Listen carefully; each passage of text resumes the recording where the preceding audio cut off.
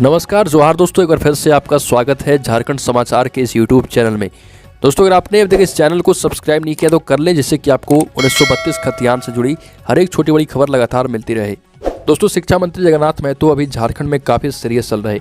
मुख्यमंत्री हेमंत सोरेन ने भाषा विवाद की राजनीति खत्म कर दी है और आंदोलनकारियों में दम है तो पलामू गढ़वा से भोजपुरी और मगही को हटवा कर दिखाएं। ये बयान है शिक्षा मंत्री जगन्नाथ महतो का। और शिक्षा मंत्री जगन्नाथ महतो ने ये बड़ी बातें कही है और उन्होंने कहा कि तृतीय श्रेणी के पदों पर नियुक्ति में सामान्य श्रेणी के अभ्यर्थियों के लिए झारखंड से ही मैट्रिक व इंटरमीडिएट उत्तीर्ण होने के लिए अनिवार्यता एक प्रयोग है।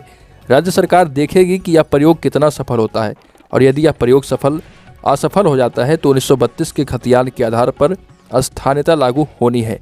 और ये बातें मीडिया से रूबरू करते हुए कहा कि झारखंड मुक्ति मोर्चा ने 1932 के खतियान पर स्थानीयता लागू करने का वादा अपने घोषणा पत्र में किया था। यानी कि ये साफ साफ मनसा जाहिर कर चुके हैं शिक्षा मंत्री ने कि 1932 खतियान लागू करके झारखंड में रहेंगे। दोस्तों, शिक्षा मंत्री का बयान समझने वाला है कि 1932 खतियान को लेकर वो कितने सीरियस हैं। उन्होंने कहा कि मुख्यमंत्री हेमंत सोरेन ने बोकारो और धनबाद में क्षेत्रीय भाषाओं की सूची से मगही और भोजपुरी को हटाकर भाषा पर हो रही राजनीति का ही पटाक्षेप समाप्त कर दिया। और उन्होंने इसकी मांग मुख्यमंत्री से की थी तथा कैबिनेट में भी इसे उठाया था। मगही और भोजपुरी को हटाने को लेकर बोकारो और धनबाद में प्रदर्शन भी हो रहा था। शिक्षा मंत्री ने साफ साफ कह दिया है कि भाषा विवाद के बाद अब बारी 1932 खतियान की है और इनके घोषणा पत्र में भी ये शामिल है झारखंड मुक्ति मोर्चा के। और झारखंड में बहुत जल्द ही 1932 खतियान पर काम शुरू हो सकता है। और दोस्तों, एक विवाद और हुआ कि झारखंड के सभी जिलों की क्षेत्रीय भाषाओं की सूची में उर्दू के शामिल किए जाने के आधार के सवाल पर उन्होंने कहा कि उर्दू भाषा राज्य की दूसरी राजभाषा है। यह सभी जिलों में बोली जाती है। उर्दू बोलने वाले यहाँ के खतियानी रैयत हैं। हिंदी के शामिल नहीं किए जाने पर उन्होंने कहा कि हिंदी भाषा देश के 13 राज्यों में ही बोली जाती है। हालांकि बाद में उन्होंने कहा कि वो उर्दू पर कुछ नहीं बोलना चाहते।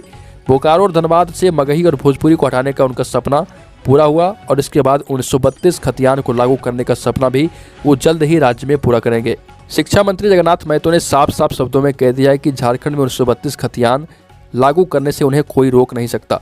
तृतीय श्रेणी के पदों पर नियुक्ति में सामान्य श्रेणी के अभ्यर्थियों के लिए झारखंड से ही मैट्रिक एवं इंटरमीडिएट उत्तीर्ण होने की अनिवार्यता महज एक प्रयोग है। और इस प्रयोग में अगर राज्य सरकार असफल होती है तो 1932 के खतियान वाला प्रयोग करेगी और ऐसे भी 1932 खतियान लागू झारखंड में होकर रहेगा। ये शिक्षा मंत्री का बयान है।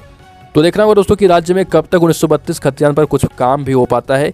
बने रहिए झारखंड समाचार के साथ। यहाँ पर आपको झारखंड 1932 खतियान से जुड़ी हर एक छोटी बड़ी खबर लगातार मिलती रहे। सब्सक्राइब करें झारखंड समाचार को और वीडियो को लाइक और शेयर करना बिल्कुल न भूलें।